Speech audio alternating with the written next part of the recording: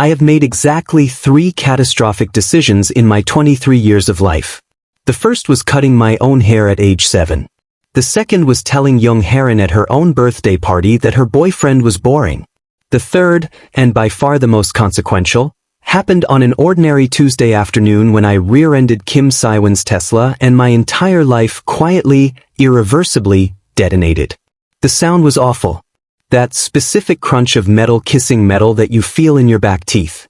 I sat frozen behind my wheel for a full 3 seconds, both hands locked on leather, staring at the fresh damage I had just introduced to the most aggressively beautiful black car I had ever seen.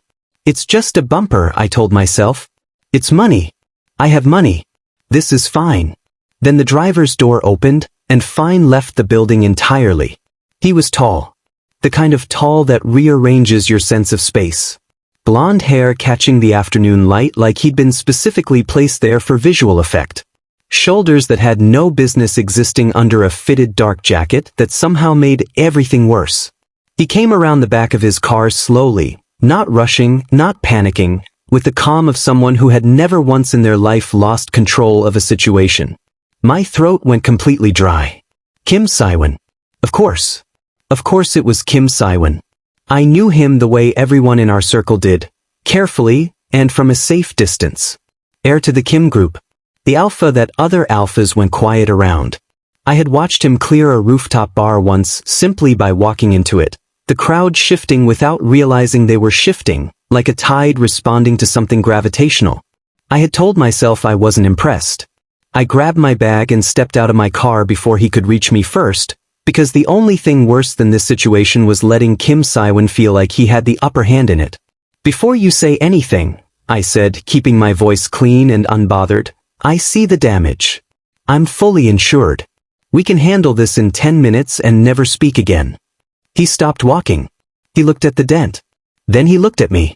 His eyes were this deep, warm amber, which was genuinely misleading, because the way he was using them felt nothing like warmth. It felt like being studied. Like I was something he was filing away behind those eyes for reasons I didn't have access to yet.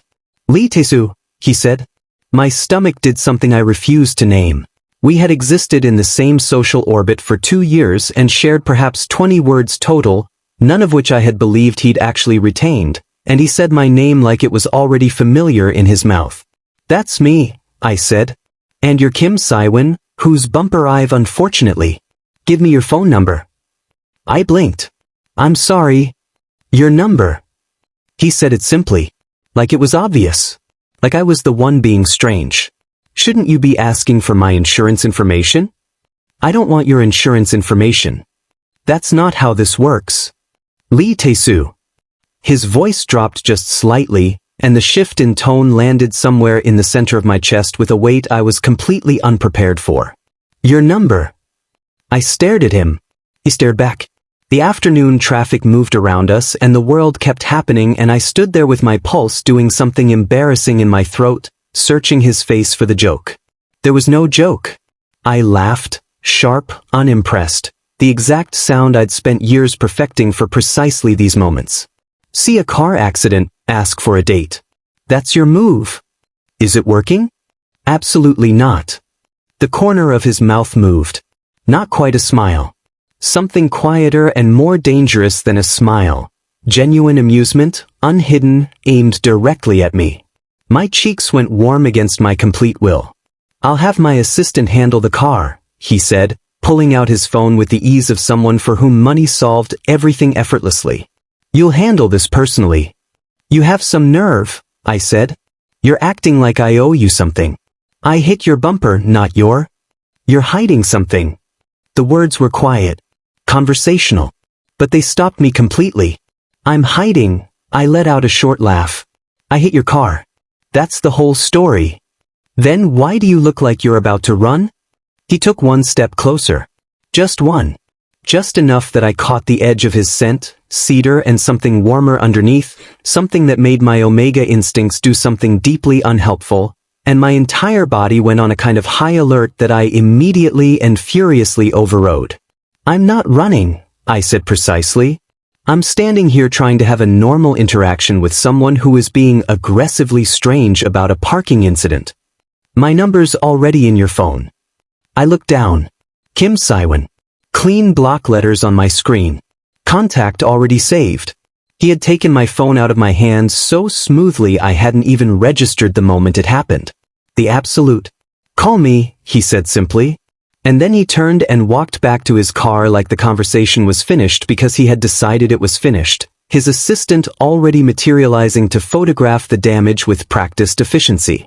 Kim Siwon. My voice came out louder than I intended.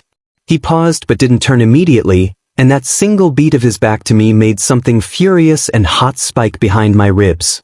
You don't seriously think I'm going to call you? He turned his head just slightly. Just enough. You will, he said. And then he was gone. I stood on that street for a long moment, the city moving around me, his scent still faintly in the air. My heart was hammering. My cheeks were still burning. And the part one would never, under any circumstances, admit out loud, not to Eugene, not to anyone, not even to myself in the dark of my own bedroom later that night. He was right. 3 weeks later, he was at Heightened's dinner party. Then my brother's gallery opening. Then the coffee shop I specifically chose for its obscurity, tucked into a back street in Mapo that none of our circle frequented. He walked in, found a table 2 away from mine, and opened his laptop without once glancing in my direction. I stared at the side of his face for 11 minutes before I caught myself. He never looked over. Not once. And somehow that was worse than if he had, because it meant he already knew I was watching, and he was comfortable enough to let me. I hated him. Genuinely. Specifically. With detail. I started paying attention anyway, against my own will, against every instinct I had, to the small things. The way he always positioned himself near exits in crowded rooms, like he preferred knowing where the doors were. The way he listened when someone spoke, completely still, giving them his full attention in a way that felt almost disarming coming from someone so controlled. The way, at Heightened's second dinner party, when the conversation shifted to something I found exhausting and I went quiet behind my wine glass, he redirected the entire table topic without looking at me. Without making it a gesture. Like he'd simply noticed and responded to it. My chest tightened in a way I didn't like. I kept my walls up. I kept my sharpest words ready. I kept every interaction brief and edged and deliberately unsatisfying. And he kept showing up, unhurried and unrattled, like my resistance was a puzzle he found genuinely interesting rather than an obstacle. It was the most infuriating thing anyone had ever done to me. Then came Heightened's rooftop party, the one with the open bar and the city lights and Siwon standing across the terrace talking to someone I didn't know, laughing at something low and private, and my stomach twisting at the sound of it in a way that made me immediately furious at myself. I don't care, I told myself. I don't care, I don't care, I don't. Taesoo. Eugene appeared at my elbow, her fingers wrapping around my wrist. Her grip was tight. Her face was doing something complicated. I looked at her. My stomach dropped before she even spoke. Bathroom, she said quietly. Now. The bathroom was white marble and soft lighting and Eugene's face, which was doing something I had never seen it do before. She looked scared. Eugene was not a scared person. She had once told the son of a sitting politician that his opinions were embarrassing, to his face, at his own father's fundraiser. She did not scare easily. So when she grabbed both my hands and her fingers were cold and her eyes were searching mine like she was trying to figure out how to defuse something, my chest went tight before she said a single word. Tell me, I said. She told me. A bet. Made 3 months ago at a private members club, over whiskey, between Kim Siwon and his 2 closest friends, Park Juno and Choi Ryan. The terms were simple and ugly. Siwon would seduce me, sleep with me and walk away. Proof required. The prize nothing more than bragging rights. The specific satisfaction of being the alpha who finally cracked Lee Taesoo, the omega who had made fools of their kind at 3 separate dinner parties and felt nothing about it. I was a game. A target. A punchline that hadn't landed yet. Eugene was still talking. I wasn't hearing her anymore. I looked at myself in the mirror above the sink. Black hair, dark eyes, 23 years of carefully constructed composure looking back at me. I stood there for a long moment. Then I smiled. Taesoo. I'm fine, I said. And I was completely, crystallinely fine, because anger this clean doesn't shake your hands, it steadies them. If he wants a game, then we play. She did not look reassured. She was right not to be. I became deliberate. Every interaction with Siwon after that night was calculated. I let him get close enough to feel like progress, close enough that his friends would see it and nod at each other with satisfied smiles. I laughed at the right moments. I let my guard drop in small, visible, carefully selected ways. I was, in short, giving an excellent performance. I told myself that constantly. Excellent performance, Taesoo. You're completely in control. The problem was Kim Siwon. He kept behaving wrong. Not wrong like someone running a bet, wrong like someone paying a kind of attention that had nothing to do with winning anything. At a charity event, when the room got loud and crowded and I felt that familiar tightness in my chest that I'd never told a single person about, he appeared at my side and steered us both toward the terrace without a word, without making it a moment, like he'd simply noticed and responded to it. I stood in the night air and looked at him. I didn't say I needed air, I said. I know, he said, and looked out at the city and said nothing else. My heart did something inconvenient. At a dinner the following week, I ate the garnish off my plate, a nervous habit I'd had since university that I had believed was invisible. He pushed his garnish to my side of the shared appetizer plate without looking up from his conversation. Not a gesture. Not a comment. Just a quiet, small adjustment that he made like it was nothing. Like he had been watching me long enough to know. My throat went dry. I ate the garnish. I hated myself a little. His words were still sharp, still carrying that Kim Siwon authority that made everyone else at the table sit slightly straighter. But his hands were always careful around me. When he passed me something, his fingers never rushed. When we were standing close, there was always this deliberate, conscious distance he maintained, like he was restraining something, and the restraint itself was somehow more disarming than if he hadn't bothered. Cold words. Careful hands. The most dangerous combination I had ever encountered, and I had encountered it while already knowing what he was doing. That was the part that was starting to terrify me. Then came the night at Juno's dinner and my ex. Han Jisoo was nothing. Genuinely, completely nothing. We had dated for 2 months, ended it mutually and cleanly, and occasionally existed in the same room without incident. He found me near the bar, we talked for 10 minutes about a mutual friend's new job, and that was the entirety of it. But I felt Siwon see it from across the room. I didn't even have to look directly at him to know. There was a shift in the air, a specific stillness that settled over that corner of the room like a drop in temperature. When I did glance over, his expression was composed. Perfectly, completely composed. But his jaw was tight. And for the rest of that night, his eyes followed me. Not possessively, not in any way I could call out or name or defend against. Just quietly. Continuously. Like I was something he'd decided he needed to keep track of. My stomach twisted with something I absolutely refused to identify as satisfaction. We ended up in the elevator alone at the end of the night. Marble floors, soft light, the hum of the mechanism around us. I was looking at my phone. He was looking at the doors. The silence was the kind that has weight. Who was that? Quiet. Carefully neutral in a way that was not actually neutral at all. I kept my eyes on my phone. No one you know. The pause. Taesoo. An old friend, I said. It doesn't concern you. Another pause. Longer this time. When he spoke again, his voice was quieter, and something about the quietness made the hairs on the back of my neck rise.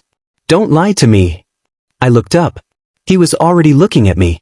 Amber eyes, completely direct, and beneath the composure something raw that I didn't have a name for yet, something that looked almost like it hurt. The elevator opened. I walked out first. My hands were trembling inside my coat pockets where he couldn't see them, and my heart was hammering so loud I was certain the entire lobby could hear it. It's the game, I told myself. He's good at the game. That's all. I believed it. I almost believed it.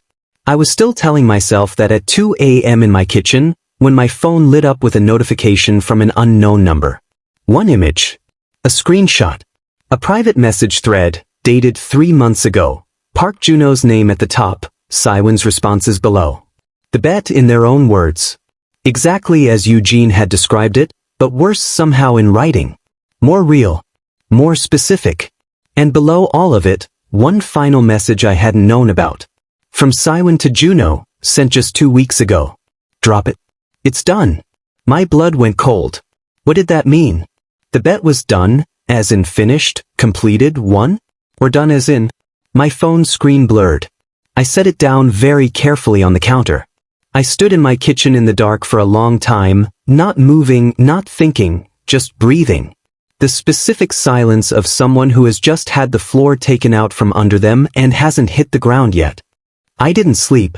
I stood in my kitchen until the city outside my window went from dark to that pale, gray blue of very early morning, and I read that screenshot exactly 4 times. Not because I needed to. I understood it perfectly the first time. I read it 4 times because some part of me kept expecting the words to rearrange themselves into something less damaging. They didn't. The humiliating part, the part that sat in my chest like a stone I couldn't dislodge, wasn't the bet itself. I had known about the bet. I had built my entire counter-strategy around knowing. I had been so certain that knowledge was armor. What I hadn't known was how much had slipped through anyway. The garnish. The terrace. The elevator. All those small, careful moments I had filed away under he's good at the game, and underneath that filing, underneath all that careful rationalization, I had felt them. Actually felt them. In the specific, unguarded way I hadn't felt anything in a long time. That was the part that humiliated me. Not that he'd tried to play me.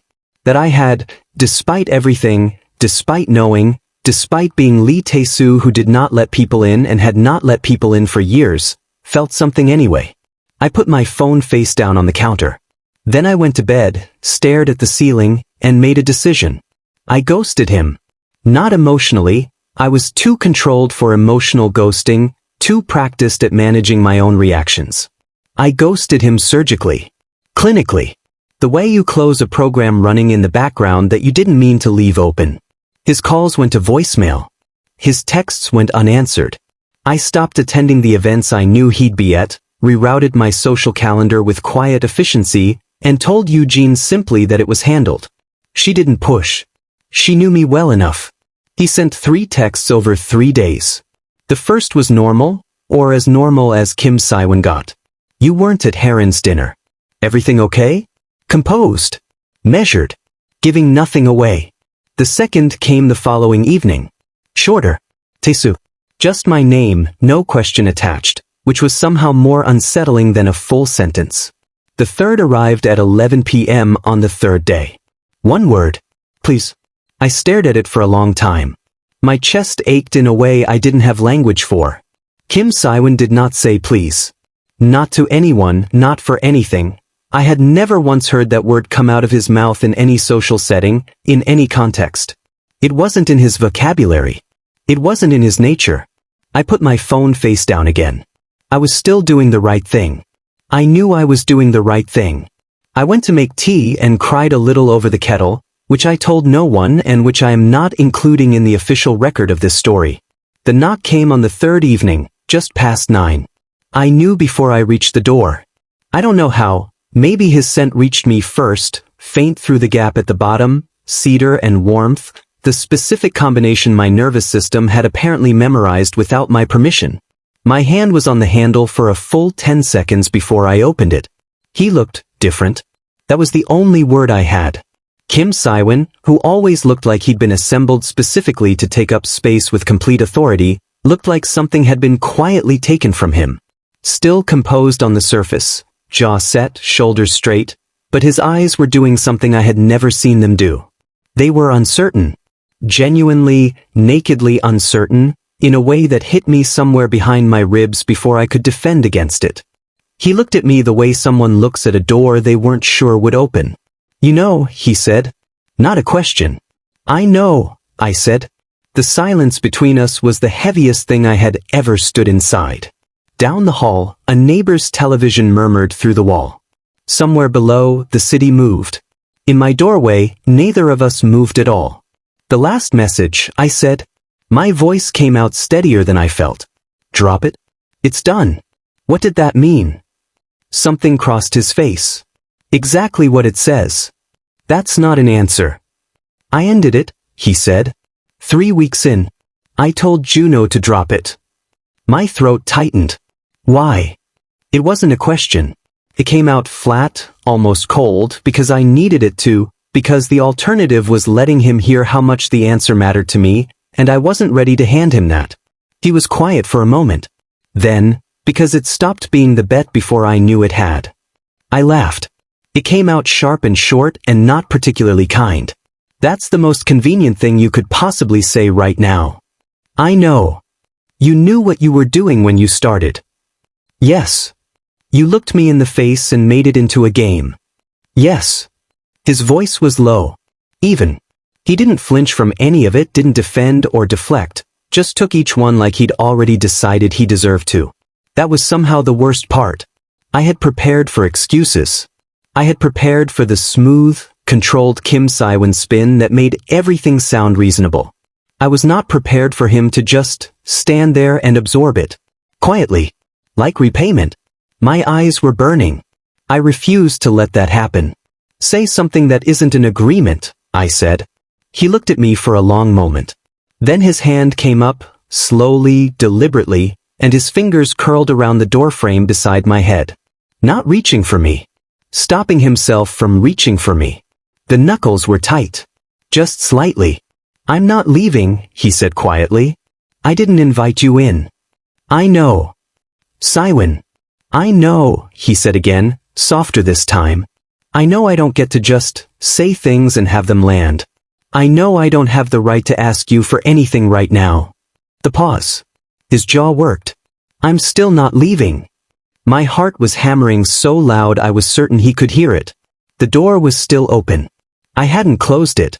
I hadn't moved at all, and we both knew what that meant, and the knowing sat between us like something neither of us was ready to name yet. You should go, I said. He didn't move. Siwon. My voice cracked. Just slightly. Just once. His eyes closed briefly, 1 single second, like the sound of my voice breaking had physically landed on him, and when they opened again something in them was so unguarded that my breath caught without my permission. Tell me to go, he said quietly. Actually mean it. And I'll go. My hands were trembling at my sides. The city hummed below us. The door stayed open. I let him in. I told myself it was just to talk. That I was giving him 30 minutes and a chance to say whatever he needed to say so I could close this cleanly and move on with my life. I made tea because my hands needed something to do and because it was something ordinary to anchor the moment to, and he sat at my kitchen counter and watched me move around my own space with that same quiet, careful attention that had been dismantling me for weeks.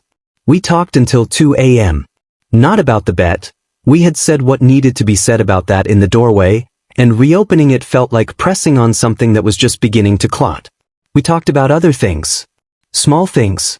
The kind of conversation that sneaks up on you, the kind where you look up and realize an hour has passed and you've said more than you meant to. I told him about the hair incident at age 7. He laughed, actually laughed, low and genuine, nothing like the controlled near smiles I'd been cataloging, and the sound of it did something to my chest that I didn't examine too closely. He left at 2:15.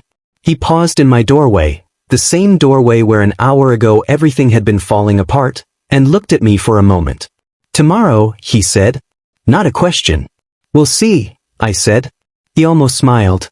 That's enough. It was not a clean rebuild. I want to be clear about that because stories like this get told cleanly in retrospect and the reality was considerably messier. I was difficult. Deliberately, specifically difficult, in the way that only someone who has been genuinely hurt can manage, not cruel, but guarded in ways that must have been exhausting to navigate. I canceled on him twice. I picked arguments about nothing at a gallery event that ended with me saying something cutting about his social circle and him going very quiet in that particular way that I was learning meant he was absorbing something rather than deflecting it. He never fought back. Not once. That was the thing I kept running into. I had prepared for Kim Siwon, the controlled, strategic alpha who always had the upper hand. I had not prepared for Kim Siwon who simply stayed. Who showed up after the cancelled plans without complaint. who sat through the arguments without returning them, who gave me room to be difficult without making me feel punished for it. It made me feel terrible. In the best and most inconvenient way. Eugene, for her part, watched all of this with the expression of someone watching a nature documentary about an animal doing something inadvisable. "You like him," she said one afternoon over coffee. "I'm processing," I said. "Taesoo. I'm processing." She looked at me for a long moment. "You ate the garnish off his plate last night." I had absolutely nothing to say to that. The public scene at Juno's cocktail party was not my finest moment, though I maintain it was justified. I overheard Juno talking to someone near the bar. Not loudly, not intentionally, but enough. Something about Siwon, something about me, the tone of it familiar and satisfied in a way that made my blood heat instantly. I crossed the room before I'd made a conscious decision to do it, said something to Juno that I will not repeat here but that made 3 nearby conversations stop completely, and turned to leave. Siwon was right behind me. He had appeared, the way he always appeared, without fanfare, without warning, close enough that I nearly walked into him. His expression was unreadable. His eyes went briefly to Juno, then back to me. "Taesoo. Don't," I said quietly. "Don't tell me to be gracious about it." I wasn't going to. His voice was low. Even. And then, after a pause, "I was going to say you left your bag at the table." I stared at him.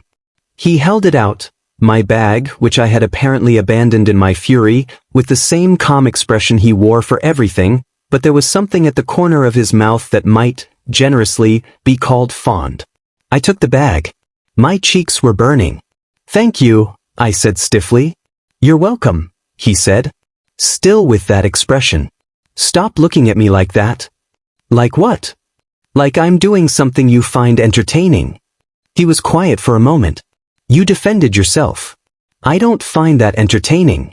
A pause, softer. "I find it," he stopped. Looked away briefly, then back. "Come on. Let's go somewhere that isn't here." We left together. The city was cool and bright outside and he walked close enough that occasionally his arm pressed against mine, and neither of us moved away. I looked up at him once, in profile, the clean line of his jaw, his eyes on the street ahead, and felt something settle in my chest with a quiet, terrifying finality. I thought, this is what ruin looks like. It was an ordinary evening when it happened. His apartment. His kitchen. I had been stealing food off his plate for the past 10 minutes, a habit that had developed somewhere between the 3rd week and now, somewhere in the space where I had stopped keeping track of how comfortable I was getting, and he had been letting me, which was its own kind of answer to a question I hadn't asked yet. I reached over for the last piece and he caught my wrist. Not hard. Just, his fingers around my wrist, light and warm, stopping me. I looked up. He was already looking at me. Amber eyes, completely direct, and in them something so open and so steady that my throat went dry immediately. "Taesoo," he said. "That's mine," I said about the food because I needed to say something. "You rear-ended my car," he said. Like that was the beginning of a sentence. "Your car was stationary in moving traffic." "And I have not," he said quietly, "looked at anything else since." My chest cracked open. Not dramatically. Not all at once. Just quietly. The way something does when it has been held very tightly for a very long time and is finally allowed to let go. My cheeks were burning. My pulse was everywhere. I looked down at the plate, then away, then nowhere in particular, because looking at him directly felt like something I wasn't ready for yet and maybe never would be. He released my wrist. Slowly. His fingers trailing off like he wasn't in a hurry. I stole the last piece of food off his plate. He let me. He always let me. That was the thing, the specific, devastating thing I kept returning to. Every sharp edge I had ever turned in his direction, he had simply held without flinching. Every wall I'd rebuilt he had waited outside of, patient and certain, like he already knew the door would open eventually. He never pushed. He never demanded. He just stayed. That, I thought, looking down at my plate so he couldn't see my face, feeling the warmth of where his fingers had just been still sitting on my wrist like something I would carry home with me. That is the thing that ruins me completely. I never fully forgave him for the beginning. I told him that, eventually, on a different ordinary evening, honest and plain, no sharpness in it, just the truth. He said, I know. No defense. No explanation. Just those 2 words, and the way he looked at me when he said them, like he had already accepted it, like he would keep accepting it for as long as I needed him to. I didn't say anything else. I didn't need to. Some things don't end with a grand resolution. Some things just shift quietly. In kitchens, over stolen food, in the specific warmth of someone who has seen every difficult, guarded, inconvenient part of you and chosen, without announcement, to stay anyway. Kim Siwon stayed. And I, Lee Taesoo, who did not let people in, who had exit strategies for every situation, who had spent 3 years making sure nothing could touch him. I let him.